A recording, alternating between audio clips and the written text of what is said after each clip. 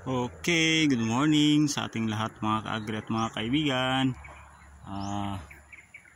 Maraming salamat po sa lahat po nating mga supporter po sa ating YouTube channel, sa mga viewers po natin, sa atin pong mga subscribers. Maraming salamat sa inyong lahat, at sa mga hindi pa po nakapag-subscribe ay inaanyayahan po namin kayong mag-subscribe sa aming YouTube channel para po maging updated po kayo sa mga video namin pong gagawin. So ngayon po sa umagang ito ay isi-share po namin sa inyo ang amin pong tanim na sitaw na 43 days old na siya. Ay nagsisimula na pong namumulaklak at may mga kunti-kunti ng bunga, no, mga ka-agri. Ilang days na lang ay pwede na tayo makapag-harvest dito, at kailangan natin ang ating pananim ay lilinisan po natin, no, para mas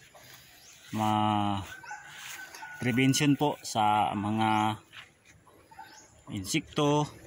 Tsaka kasi alam nyo mga ka-agri ay ganito kalinis ang ating pong tanim ay napaka maliwalas po, no? Kung mapapansin niyo ay wala talagang mga insekto na atin pong makikita dito, no?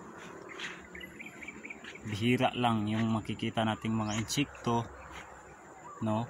At mas mabuti na ganito ka linis po ang ating tanim, no? Lilinisan lang talaga natin kapag magtanim tayo, no?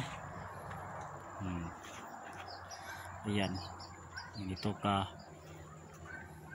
linis po yung dapat sa isang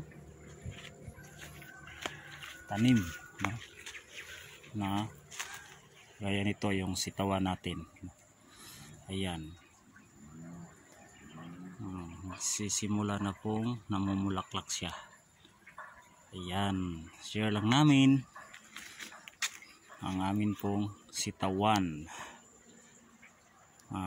Inanyayahan namin kayo na subaybayan ang aming YouTube channel kasi mayroon pa kaming maraming mga idea na i-share sa inyo, kagaya nito na dapat malinis po ang ating tanim na sitaw. God bless po sa ating lahat at magandang umaga sa inyong mga ka-agri.